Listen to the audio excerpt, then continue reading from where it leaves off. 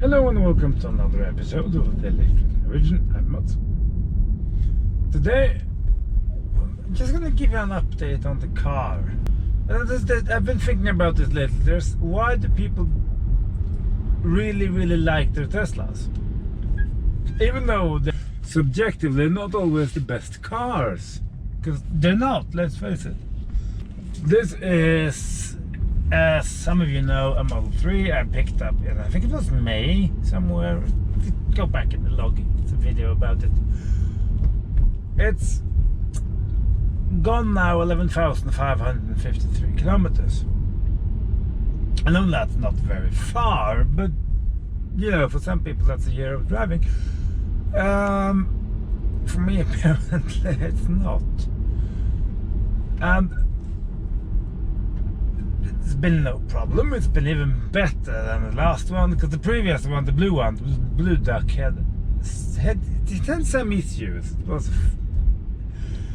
some mist in a fog light, which was replaced, and there was a few creaks and rattles. It was all fixed up, so no big issues, just small annoyances. But everything was fixed by Tesla, no questions asked, no problem. Most of it was done by Ranger actually, which is the most really one thing that Tesla has that no one else can offer. And a little thing like that makes you, know, it's the little things in life, and that's one of them. A friend of mine just bought a long range, and I was out having just a quick test of it around the block at home, and I must say, of course, yes, it's quicker. That's quite as quick as I remembered my old car was. But I think I've said this many times, and I stand by that. The old 2170 cells, the original ones that were in the 2019 cars, until recently, I think that's some of the most solid cells the world has ever seen, because you can abuse them and you can quick charge them and you can do whatever you want with them to within an inch of their life, and they will always just work. The new Panasonic cells and LG cells and these LFP cells, I love my LFP battery pack.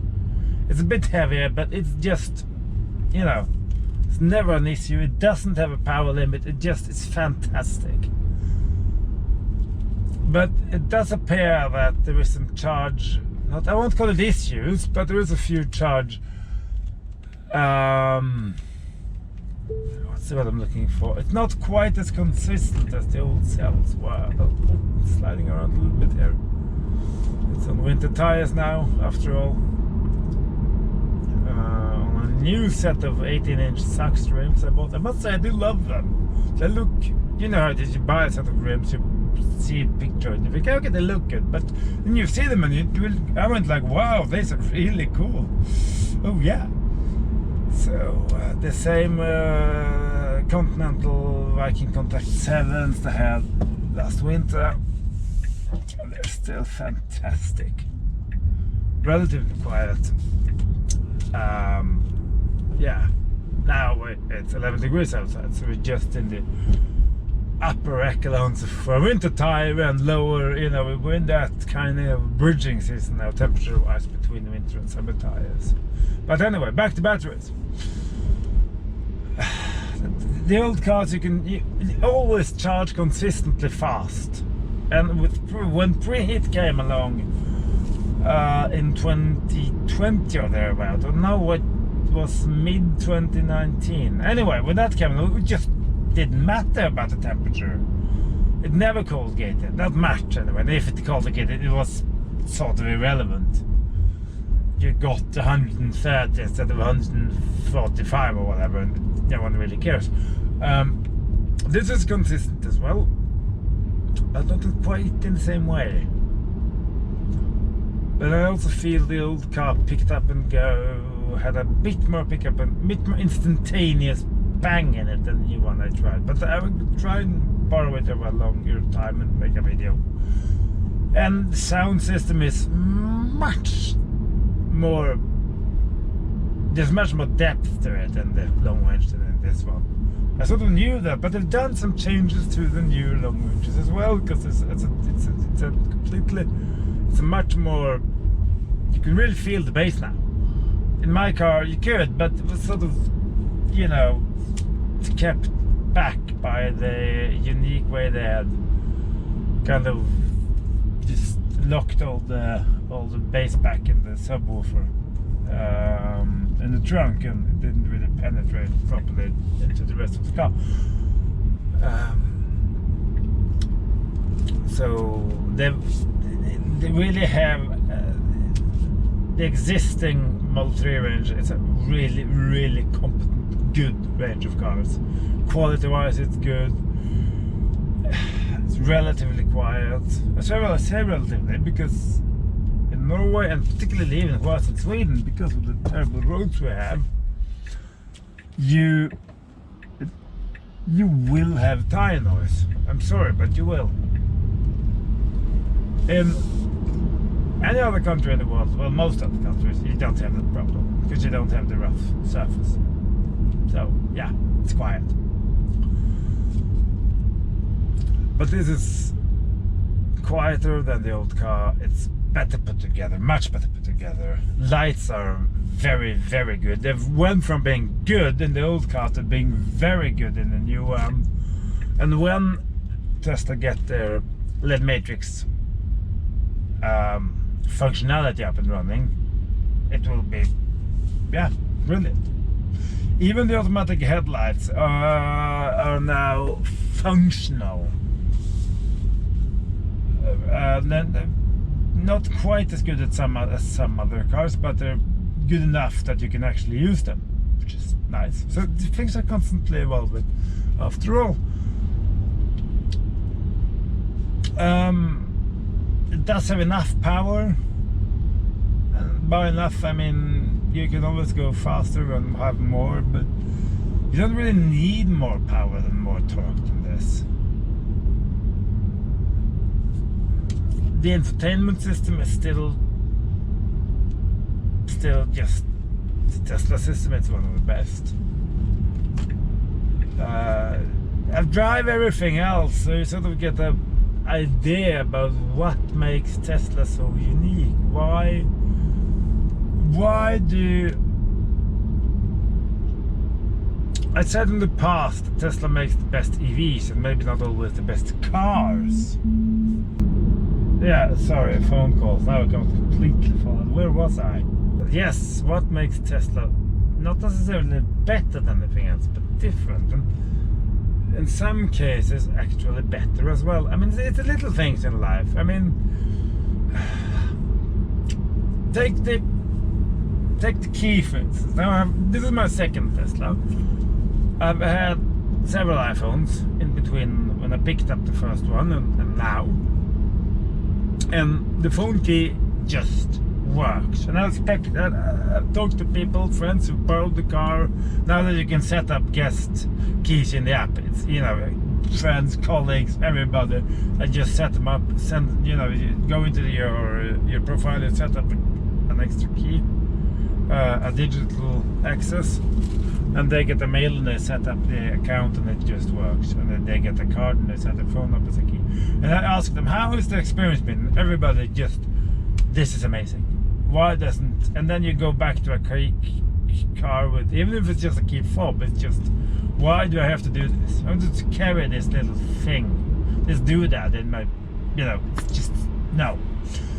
Then you need it to push the button. I don't need it to push the button. I can open the app. Okay, maybe it's one step, but it's just convenient. And it works, always, constantly. I know some people struggle with it, but I think that's a minority. Things like that. You just have the key in your pocket. You go to your car, you open the door, you get in, you put it in drive and you go.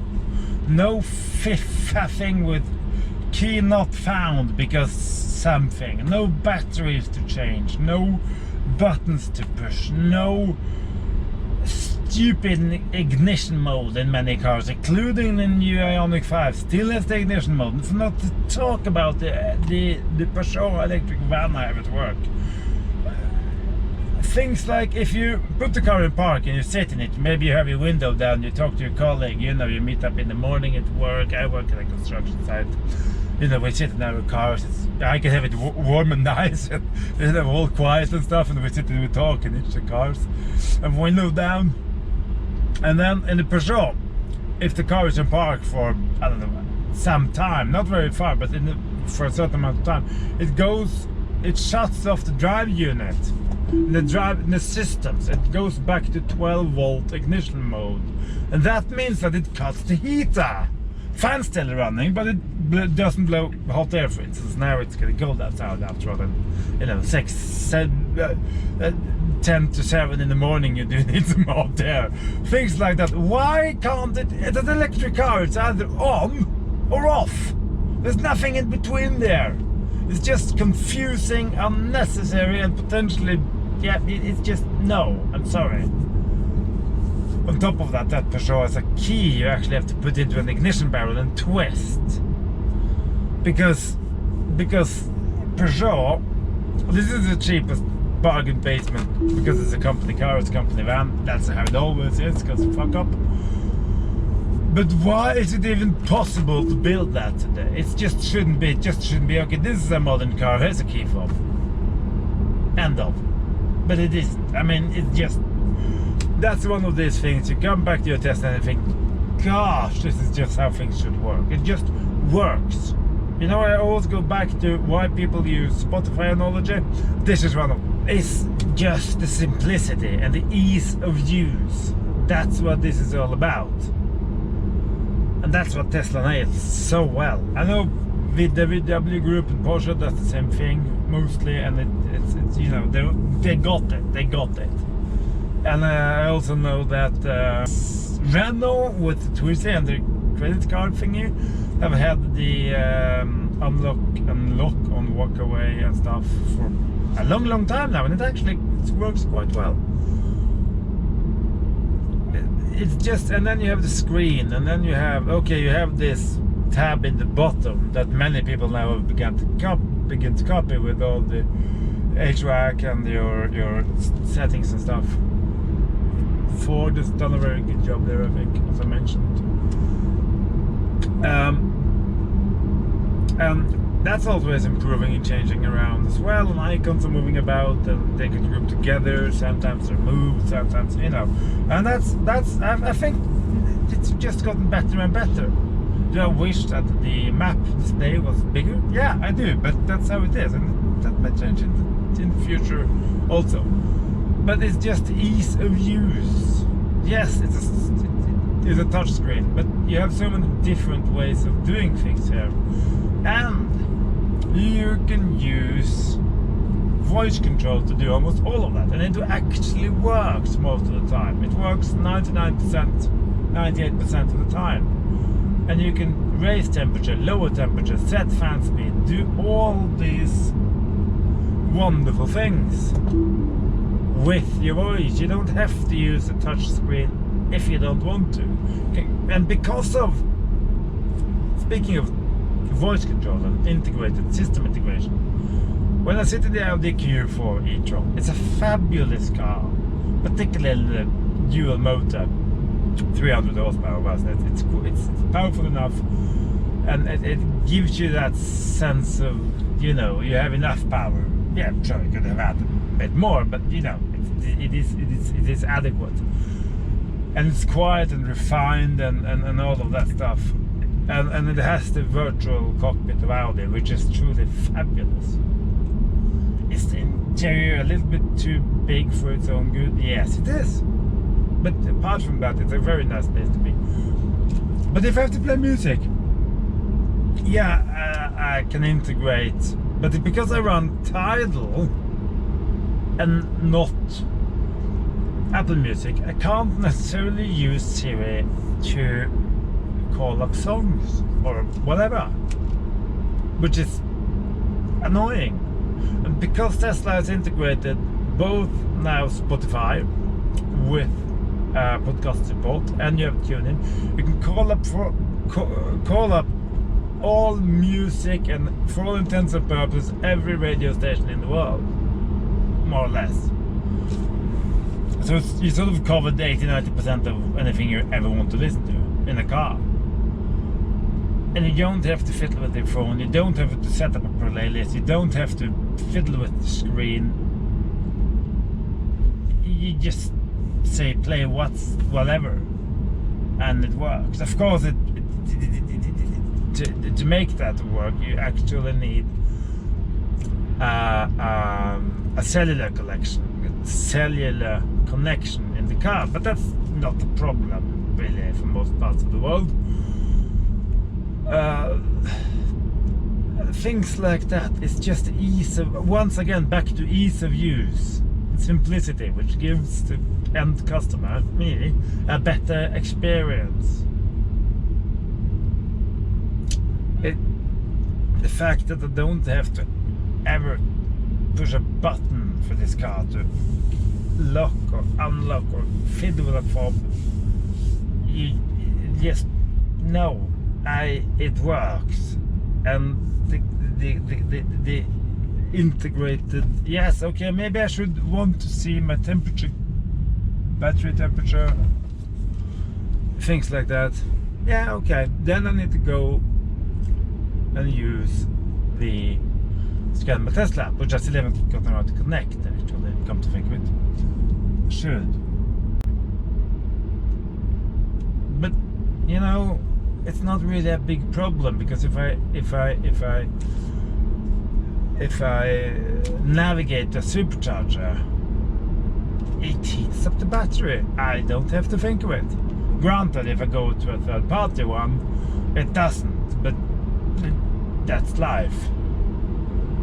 And then you know that, and you adjust. And like, this is the bargain basement Tesla for the time being anyway. It's a better built car than my long range was 2 years ago. It's not quite as quick, but it has consistent range. Consistently does 300 to 400 kilometers of range, depending on speed and so on. So I know exactly what I get. Like now it's 11 degrees outside. Let's see, it uses now since I left home, it's been a bit back and forth. There's a running average of 144. So now it tells me I have 102 kilometers left on the energy graph.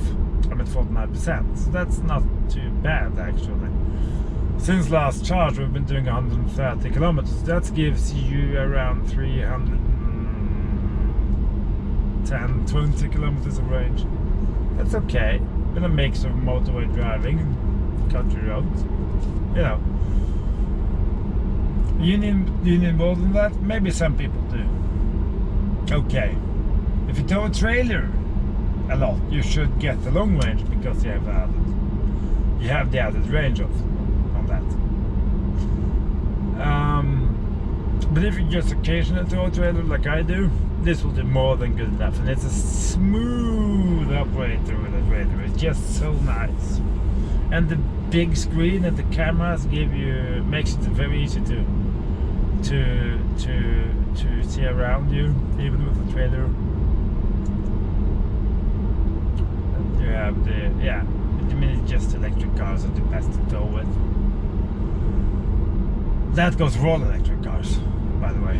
Even the electric e-expert at work is you just throw a ton and a half on the big behind it, just goes. It's not a problem.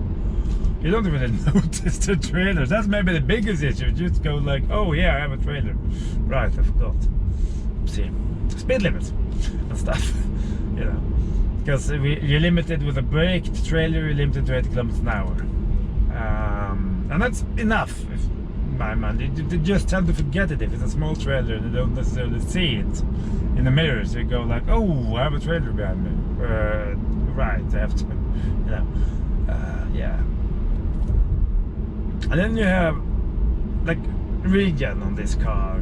It's not, in the old car I could adjust it, now I can't anymore. Some people say, oh, what about winter and what about whatever? Well, you know what, it adjusts to the traction, it adjusts to surface and the traction of the surface. Even the old Ioniq, I remember I tested this with the old Ioniq when I had mine. That adjusts regen as well. It's all well and good. It's not a big problem.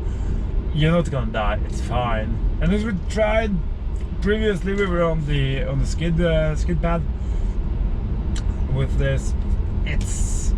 It would have handled it even better probably with these tires, but you know, it is what it is. I was impressed. So do I miss a long range? Given that it's $10,000 roughly between them? No. No. Sometimes maybe I miss a little bit the heavy bass and the more punch of the sound system. But sometimes I miss maybe the acceleration, but it's not very often. This car, because it lacks a bit of power, actually, I would say it's even easier to go quick in without noticing it, because you just give it a little bit of power and it just pulls, and it pulls so evenly that you're doing a lot more than you think you're doing. So yeah, unless you really need forward drive, of course. But it's, people say, what's the best electric car? Well, you know what the best car is? The best car is whatever covers your needs. That's the best car. But if you want the best experience and the easiest experience for the time being, if you're gonna go electric, that's a Tesla.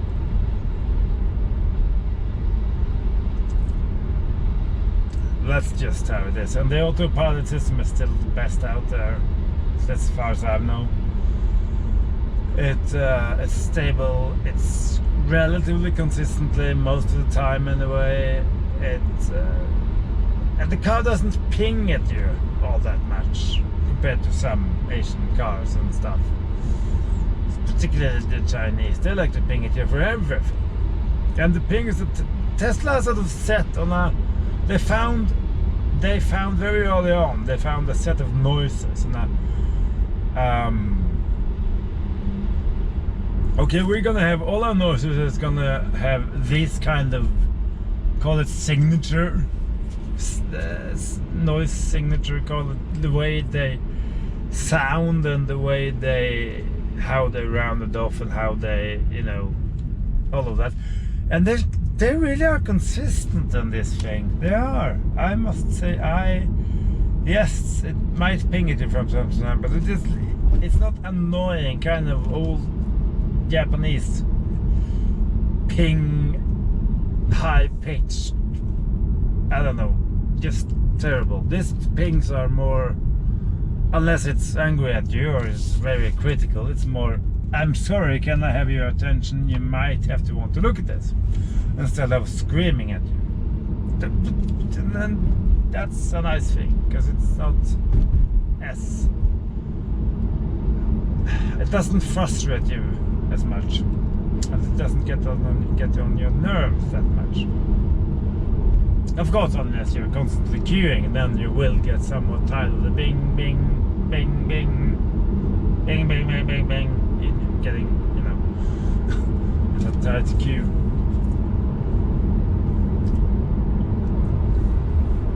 Yeah.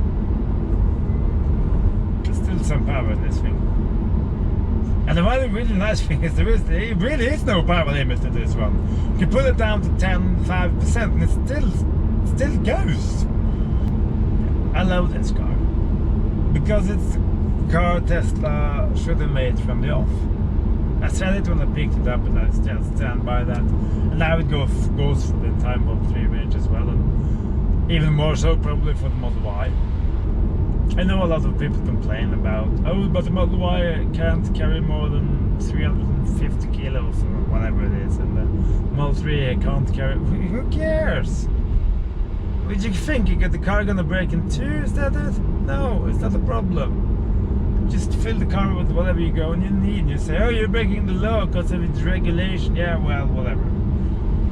It's regulated for one thing in Europe and probably for another thing in America. Even if you have regulations like that, I don't know about max carrying capacity. Yeah, I really can't be bothered.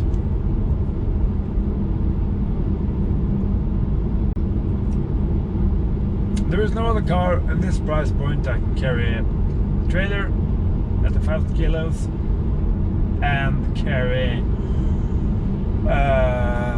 whatever it can carry on the roof, 75 kilos or something, and have this performance. The best integrated systems for just the infotainment and voice activation that actually worked. Electric steering wheel, you know, things. That's not even on an e-tron, on a fat e-tron. Well, it is, but you know, it's an optional extra. In this car, it's standard, and that's really nice. And people say, yeah, well, you have to go into the screen to just do your mirrors. Yeah, well, you set up your profile once. Maybe you do running adjustments once more. That's 2 times, and then you forget it for the rest of the time you own the car. So it's not really a big problem. It's not. It's just, sorry. When you get used to this, you know.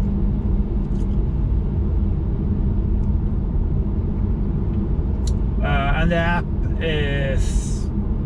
works all the time. Now I've done some changes to it. Most of them are okay. Gives you a better experience. Makes it a little bit more. Takes charging and things and changes things around a little bit and makes it mostly better than it was. And it's a bit quicker too. If you wonder why Tesla people love their Teslas, it's just simply because of the little things, all the little things, the system integration, the ease of use, the power, the level of actual space and storage in this car, and equipment that you get with it, even in this one. I mean, you must remember most of the time, most of the thing that pulls this car up from 360,000-70,000 outdoor and to 435 or whatever I ended up paying. That's not equipment as such. That's part of it is the color, the red. That's an expensive option extra. I think that's 20,000 or whatever it is. And it's the white interior, that's another 10, and of course you have the towage, because not including it is idiotic. It's just stupid. Even if you need it or not including it when you buy the car is just stupid because it's so cheap. That's another 11,000. And then you have the expanded autopilot package, which is now back in Europe because they've dropped the price of the base car by 50,000. I felt that, well, you know, just take it. Why not? Because you can afford it. And that's a software package that you can buy at any time. So, you know, there's nothing there that's an optional extra in the sense that, oh, you got yellow stripes on whatever, or an extra cup holder, or, you know, it's not, all of that is standard. Everything. It's, yeah. In some ways it reminds me a bit of how the Chinese cars are thinking. They're making it simple for the customer. This is what you get. Okay, maybe a few things need to be worked out, like quicker charge times and, you know, blah blah blah. We get all that. We're working on that. Trust us. But this is the car. And then you find that this is a damn good product. And if I want something European for that, it's going to cost a lot more. Why not just go Chinese and, you know, go big? Because most of them are very big cars, and they can deliver. Tesla can deliver, the Chinese can deliver. They know the battery technology, they have, you know, and they can discuss politics, but not now. So yeah, I've been rambling on. Does that mean that every other electric car or every other car is crap? No, of course not. I mean, I have a 20-year-old Mercedes 500 V8 SEC coupe standing somewhere needing to be restored. I'm gonna make a video on that one day. That's not electric, that's old, and I love it, you know. And I love my big fat e-trons and stuff. yeah, like for instance the big tongue. I think there's a lot of really good product out there, and it's getting better, and it's getting more. The variation is getting better. It's a lot of, yes, it's wonderful, and I love it. And we have all these options now that we didn't have 5 years ago or 3 years ago. You know, but no one has the same mindset that Tesla has. And no one makes the customer experience so trouble-free and so easy to use. It's those little things that get you, and the consistency of it. Yeah, that's what gets you, after all. That's why you're thinking, you know what? No one else can give me the same thing. I'll go back to Tesla again. Does it go for everybody? Of course not, but it goes for most people. So that's it, everybody. Thanks for watching. Remember to leave a comment, subscribe, and maybe even push the bell icon if you want to. And I'll see you in the next one. Take care. Bye bye.